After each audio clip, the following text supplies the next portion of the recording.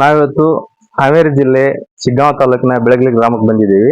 ನಾವಿಲ್ಲೇನ್ ಬಂದಿದ್ದೀವಪ್ಪ ಅಂತಂದ್ರೆ, ಮೂರ್ತಿ ಕೆತ್ತನೆಯಲ್ಲಿ ಕರ್ನಾಟಕದಾದ್ಯಂತ ತಮ್ಮದೇ ಆದಂತಹ ಛಾಪನ್ನ ಮೂಡಿಸಿರತಕ್ಕಂತಹ ನಾಗಲಿಂಗಪ್ಪ ಮಾನಪ್ಪ ಬಡಿಗೇರ್ ಅವರ ಮನೆಯಲ್ಲಿದ್ದೀವಿ. ಇವರು ಯಾವ್ಯಾವ ರೀತಿಯಾದಂತಹ ಮೂರ್ತಿಗಳನ್ನ ಕೆತ್ತನೆ ಮಾಡಿದಾರಂತ ನೋಡೋಣ ಬನ್ನಿ.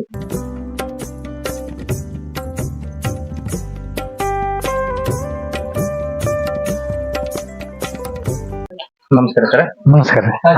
ನಿಮ್ಗೂ ನಮ್ಮ ಚಾನೆಲ್ ವತಿಯಿಂದ ಸ್ವಾಗತ ಸರ್. ಎಷ್ಟು ವರ್ಷದಿಂದ ಈ ಕೆತ್ತನೆಯನ್ನ ಮಾಡ್ತಾರೆ? ಸುಮಾರು ನಮ್ಮ ಅಜ್ಜನ ಕಾಲದಿಂದ ಈ ಕೆತ್ತನೆ ಕೆಲಸ ನಮ್ಮ ಮನೆಯಲ್ಲಿ ಪ್ರಾರಂಭವಾಗಿದ್ದ. ನಮ್ಮ ಅಪ್ಪಾರು ಮತ್ತ ನಮ್ಮ ತಂದೆಯವರು ಕೆಲಸ ಮಾಡ್ತಿದ್ರಂತ. ಈ ಗ್ರಾಮದೇವಿ, ಮರಿಯಮ್ಮ, ಕರಿಯಮ್ಮ, ಉಡಚಮ್ಮ ಇನ್ನ ಅನೇಕ ಮೂರ್ತಿಗಳನ್ನ ಕಟ್ಟಿಗೆಯಲ್ಲಿ ಮತ್ತು ಕಲ್ಲಿನಲ್ಲಿ ಅನೇಕ ಮೂರ್ತಿಗಳನ್ನ ವಿವಿಧ ಜಿಲ್ಲೆಗಳಲ್ಲಿ ನಮ್ಮ ತಂದೆಯವರು ಮತ್ತು ಅಪ್ಪಾರು ಮಾಡ್ಕೊಂತ ಬಂದಿದ್ರು. ಅದೇ ತರನಾಗಿ ನಾವು ಈ ಕೆಲಸವನ್ನ ಮುಂದುವರ್ಸ್ಕೊಂತ ಬಂದಿದ್ದೇವೆ. ನೀವು ಕಲ್ಲಿನೊಳಗ ಮಾಡ್ತಿದ್ದೆ ಅಂತ ಹೇಳಿ? ಹೌದು. ಬರೀ ಕಟ್ಟಿಗೆ ಮಾತ್ರ ಇದಾವ ಸರ್ ಅಲ್ಲಿ? ಹೌದು. ಕಟ್ಟಿಗೆಯನ್ನ ಮಾಡಿರುವಂತ ಮೂರ್ತಿಗಳು ಮಾತ್ರ? ಹೌದ್ರಿ. ಆ ಕಟ್ಟಿಗೆಯಿಂದ ಮಾಡಿರೋ ಮೂರ್ತಿಗಳಕ್ಕಿಂತ ಮೊದಲು ಕಲ್ಲಿನ ಮಾಡಿದಂತೆ ಮಾಡಿದ್ದೇವೆ ಸರ್. ಯಾವ್ಯಾವ ಊರಿಗೆಲ್ಲ ನಾವು ಕಲ್ಲಿನ ಮೂರ್ತಿಗಳನ್ನ ಒಂದು ಗಂಗಿಮಾಳವ ಮೈಲಾಲಿಂಗಪ್ಪ ಅಂತ ಹೇಳಿ ಶಿರೂರಿಗೆ ನಮ್ಮ ತಂದೆಯವರು ಮಾಡಿಕೊಟ್ಟಿದ್ರು. ಮತ್ತೆ ಬೆಂಡಿಗೇರಿಗೆ ಒಂದು ದುರ್ಗಾದೇವಿಯನ್ನು ಮಾಡಿಕೊಟ್ಟಿದ್ರು. ಮತ್ತೆ ಕಬನೂರಿಗೆ ಸಾಕಷ್ಟು ಮೂರ್ತಿಗಳನ್ನ ಕಬನೂರಲ್ಲಿ ಮಾಡಿಕೊಟ್ಟಿದ್ದಾರೆ. ಅನೇಕ ಜಿಲ್ಲೆಗಳಲ್ಲಿ ನಮ್ಮ ತಂದೆಯವರು ಮತ್ತು ಕಲಘಟಗಿ ತಾಲೂಕಿನಲ್ಲಿ ಬಹಳಷ್ಟು ಕೆಲಸ ಮಾಡಿದ್ದೇವೆ ನಾವು. ಕಲ್ಲಿನ ಮೂರ್ತಿ ಆಗಲಿ, ಕಟ್ಟಿಗೆ ಮೂರ್ತಿ ಆಗಲಿ, ನಮ್ಮ ತಂದೆಯವರು ಆ ಕಲ್ಲಿನ ಮೂರ್ತಿಯನ್ನ ಮಾಡ್ಕೋತಾ ಬಂದ್ರು. ಆದ್ರೆ ಈಗ ಕಲ್ಲಿನ ಮೂರ್ತಿಗಿಂತ ಹೆಚ್ಚಾಗಿ ಗ್ರಾಮದೇವಿ ಮೂರ್ತಿಗೆ ಒಂದು ಹೆಚ್ಚಿನ ಒತ್ತಡವನ್ನ ಕೊಟ್ಟಿದ್ದೇವೆ. ಈಗ ಸರ ನೀವು ಕಲ್ಲಿನ ಮೂರ್ತಿಗಳನ್ನ ಮಾಡ್ತಾ ಇದ್ರಿ. ಕಲ್ಲಿನ ಮೂರ್ತಿಗಳನ್ನ ಮಾಡೋದಕ್ಕೂ ಈ ಕಟ್ಟಿಗೆ ಮೂರ್ತಿಗಳನ್ನ ಮಾಡ್ತಿರಲ್ಲ ಸರ್, ಈಗ ಅದಕ್ಕೂ ಏನು ಡಿಫರೆನ್ಸ್ ಇದೆ ಸರ್? ಸರ್ ಏನಿಲ್ರಿ, ಈ ಮೂರ್ತಿಗಳನ್ನ ಮಾಡೋದ್ರ ವಿಶೇಷತೆ ಏನಂತಂದ್ರ, ಕಲ್ಲಿನಲ್ಲಿ ಒಂದು ಕಲ್ಲು ತಗೊಂಡ್ಬಂದು ಆ ಕಲ್ಲಿನಲ್ಲಿ ವಿಗ್ರಹ ಮಾಡ್ತಿದ್ವಿ. ಅದು ನಮ್ಗೆ ಬಹಳಷ್ಟು ಸುಮಾರು ವರ್ಷಗಳಿಂದ ಅಜ್ಜ ನಮ್ಮ ಮುತ್ತಜ್ಜ ಮಾಡ್ತಿದ್ರು. ಈಗ ಕಲ್ಲಿನಕ್ಕಿಂತ ಇವು ಕಟ್ಟಿಗೆ ಮೂರ್ತಿ ಬಹಳಷ್ಟು ಆರ್ಡರ್ ಬರಾಕತ್ತು. ಅಂದ್ರ ಕಟ್ಟಿಗೆ ಮೂರ್ತಿ ನಮ್ಗೆ ಯಾಕೆ ಆರ್ಡರ್ ಬರ್ತವೆ ಅಂದ್ರೆ, ಮೂರ್ತಿಗಳನ್ನ ಒಂದು ವಿಭಿನ್ನವಾಗಿ ಒಂದು ಹೆಚ್ಚಿನ ರೀತಿಯಲ್ಲಿ ನಾವು ಈ ಮೂರ್ತಿ ಕೆಲಸವನ್ನ ಪ್ರಾರಂಭಿಸಿದ್ದೇವೆ.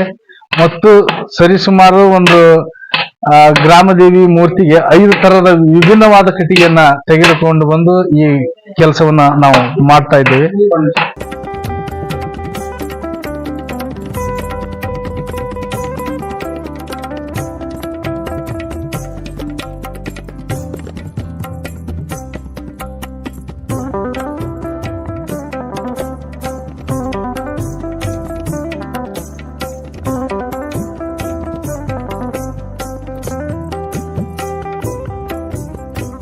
ನೀವು ಒಂದು ಮೂರ್ತಿನ, ದೇವರ ಮೂರ್ತಿನ ಕೆತ್ತನೆ ಮಾಡ್ಬೇಕಂತಾರೆ ಯಾವ ರೀತಿಯಾಗಿ ಸಂಕಲ್ಪನ ಮಾಡ್ತಾರೆ? ಯಾವ ರೀತಿ ಸಂಕಲ್ಪ ಅಂದ್ರೆ ಸರ ಏನಿಲ್ಲ, ಆ ಒಂದು ಗ್ರಾಮದೇವಿ ಮೂರ್ತಿಗೆ ಸಾಕಷ್ಟು ಆ ಗ್ರಾಮದ ಜನರು ಬರ್ತಾರ. ನಾವು ನಮ್ಮ ಊರಾಗ ಹೊಸದ ಗ್ರಾಮದೇವಿ ಮೂರ್ತಿ ಮಾಡ್ಬೇಕ್ರಿ. ನೂತನವಾಗಿ ಮೂರ್ತಿಯನ್ನ ತಯಾರಿಸ್ಬೇಕು. ಆ ಪ್ರಕಾರವಾಗಿ ನಿಮಗೊಂದು ನಾವು ದೇವರ ಮೂರ್ತಿಯನ್ನು ಮಾಡೋದಕ್ಕೆ ಇದೇನ ಕೊಡ್ತೇವೆ ಮತ್ತು ಒಂದು ಸಂಸ್ಕಾರವನ್ನು ಕೊಡ್ತೇವೆ ಮತ್ತು ಅದೇ ಪ್ರಕಾರವಾಗಿ ನಿಮಗೆ ಹೊಂದಿಸಿಕೊಡ್ತೇವೆ ಅನ್ನೋ ಅಭಿಪ್ರಾಯನ ತಗೊಂಡ್ಬರ್ತಾರ. ಅವಾಗ ಅವ್ರಿಗೆ ಹಿರಿಯರಿಗೆ ಎಲ್ಲರಿಗೆ ಏನ್ ಮಾಡ್ತೇವೆ, ಆಯ್ತ್ರಿ ಇದು ಗ್ರಾಮ ದೇವಿ ಅಂತ ಅಂದಾಗ ಈ ದೇವಿ ಮೂರ್ತಿಯನ್ನ ಕಟ್ಟಿಗೆ ತಗೊಂಡ್ಬಂದು ಆ ಕಟ್ಟಿಗೆಯನ್ನ ಒಂದು ಕಟ್ಟಿಗೆ ಕೊರಿಸಿ ಆ ಕಟ್ಟಿಗೆಯನ್ನ ಇಟ್ಟು ಒಳ್ಳೆ ದಿನಗಳನ್ನ, ಶುಭ ದಿನಗಳನ್ನಾಗಲಿ ಅಥವಾ ರಾಜಯೋಗ ದಿನಗಳನ್ನಾಗಲಿ ನೋಡಿಕೊಂಡು ಆ ಗ್ರಾಮದ ಹಿರಿಯರನ್ನ ಕರೆಸಿ ಆ ಒಂದು ಕಾರ್ಯಕ್ರಮದಲ್ಲಿ ಅವರಷ್ಟನ್ನು ಭಾಗಿಯಾಗಿ ಆ ಕಟ್ಟಿಗೆಯನ್ನ ಪೂಜೆ ಮಾಡ್ತೇವೆ.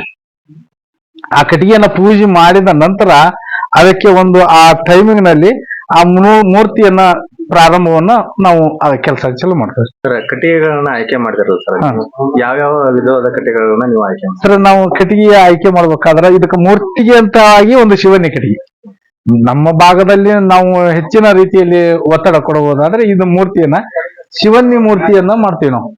ಶಿವನ್ನಿ ಕಟ್ಟಿಗೆಯನ್ನ ಮೂರ್ತಿಯನ್ನ ಮಾಡಿ ಈ ಹಣೆಯಲ್ಲಿ ರಕ್ತಭೂತಾಳ ಕಟ್ಟಿಗೆಯನ್ನ ಹಾಕ್ತೀವಿ. ಈ ಮಧ್ಯದಲ್ಲಿ ಇಲ್ಲಿ ಸೆಂಟರ್ ಅದು ಸ್ವಲ್ಪ ಹಾಕ್ತೇವೆ ರಕ್ತ ಬೀಳ್ತಾಳೆ. ಮತ್ತೆ ಹಿಂದಿನ ಒಂದು ಪ್ರಭಾವಳಿ ಆಗಿರ್ಬೋದು, ಒಂದು ಗದ್ದಿಗೆ ಆಗಿರ್ಬೋದು, ಇದನ್ನ ಸಾಗವಾನಿ ಮೂರ್ತಿಯನ್ನ ಚೌಕಿ ಮತ್ತು ಪ್ರಭಾವಳಿಯನ್ನ ಸಾಗವಾನಿ ಮೂರ್ತಿ ಮಾಡ್ಕೊಂತೇವೆ. ಇವು ಕೈ, ಕಾಲು, ಪಾದ ಇವೆಲ್ಲವನ್ನು ಶಿವನಿ ಮೂರ್ತಿ ಮಾಡ್ಕೊಂಡು ಹಳೆಯ ಮೂರ್ತಿ ಒಂದು ವಸ್ತುವನ್ನ ಇದಕ್ಕೆ ಶಿಫ್ಟ್ ಮಾಡ್ಕೊಂತೇವೆ ಬಲಗೈಯಲ್ಲಿ ಆಯುಧ.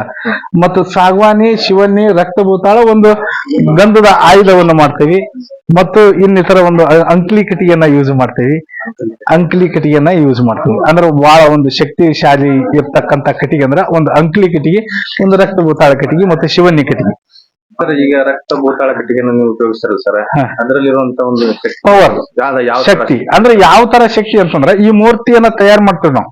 ಫಸ್ಟ್ ಎಲ್ಲಾ ವಿಧವಾದ ಕಟ್ಟಿಗೆಯನ್ನ 5 ತರದ ಕಟ್ಟಿಗೆಯನ್ನ ಹಾಕಿ ಮೂರ್ತಿಯನ್ನ ತಯಾರು ಮಾಡಿ ಆ ಮೂರ್ತಿಯನ್ನ ಸಿದ್ಧಪಡಿಸಿದ ನಂತರ ಆ ಮೂರ್ತಿಯನ್ನ ಆ ಗ್ರಾಮದ ಹಿರಿಯರನ್ನ ಕರೆಸಿ, ಆಯ್ತಪ್ಪ ನಿಮ್ಮ ಮೂರ್ತಿ ಎಲ್ಲ ಸಿದ್ಧವಾಗಿದೆ, ನಿಮ್ಮ ಗ್ರಾಮದ ಜಾತ್ರೆ ಯಾವಾಗ ಇಟ್ಟುಕೊಂಡಿರ್ತೀರಿ ಅಂತ ಅನ್ನೋದನ್ನ ಕೇಳ್ಕೊಂಡು ಆ ಪ್ರಕಾರವಾಗಿ ಆ ಮೂರ್ತಿಗೆ ಒಂದು ಕಲರ್ ಪ್ರಾರಂಭ ಮಾಡ್ತೇವೆ.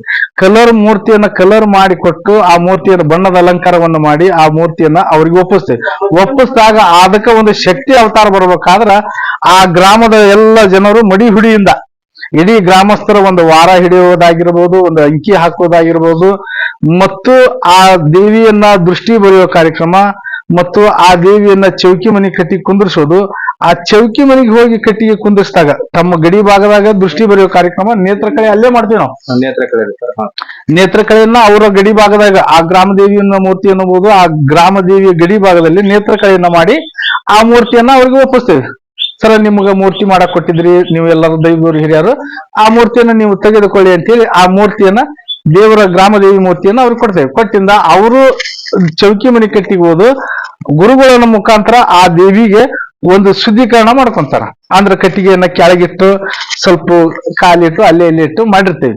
ಅದಕ್ಕೆ ಅವರು ಏನು ಮಾಡ್ತಾರ, ಒಂದು ಸೂತ್ರವನ್ನು ಕಟ್ಕೊಂಡು ಒಂದು ಉತ್ಸವ ಮೂರ್ತಿ ಇಟ್ಕೊಂಡು ಗುರುಗಳು ಒಂದು ಕೈಯಲ್ಲಿ ಸಿಕ್ಕಾಗ ಆ ಮೂರ್ತಿ ಶುದ್ಧೀಕರಣ ಆಗುತ್ತೆ. ಅಲ್ಲಿಗೆ ಒಂದು ಶಕ್ತಿ ಪ್ರಭಾವ ಉದ್ಭವ ಆಗುತ್ತೆ ಆ ಕಟ್ಟಿಗೆಯಿಂದ. ಅದಕ್ಕೆ ಅವ್ರ ಗುರುಗಳು ಏನ್ ಮಾಡ್ತಾರ, ಮಂತ್ರೋಪದೇಶ ಮಾಡ್ತಾರ, ಅಭಿಷೇಕ ಮಾಡ್ತಾರ, ಹೋಮ ಹಾಕ್ತಾರ, ಪೂಜೆ ಮಾಡ್ತಾರ. ಅದಕ್ಕೆ ಒಳ್ಳೆ ದಿನ, ಶುಭ ದಿನ ನೋಡಿ ಪ್ರಾಣ ಪ್ರತಿಷ್ಠಾಪನೆ ಮಾಡ್ಕೊಂತಾರ.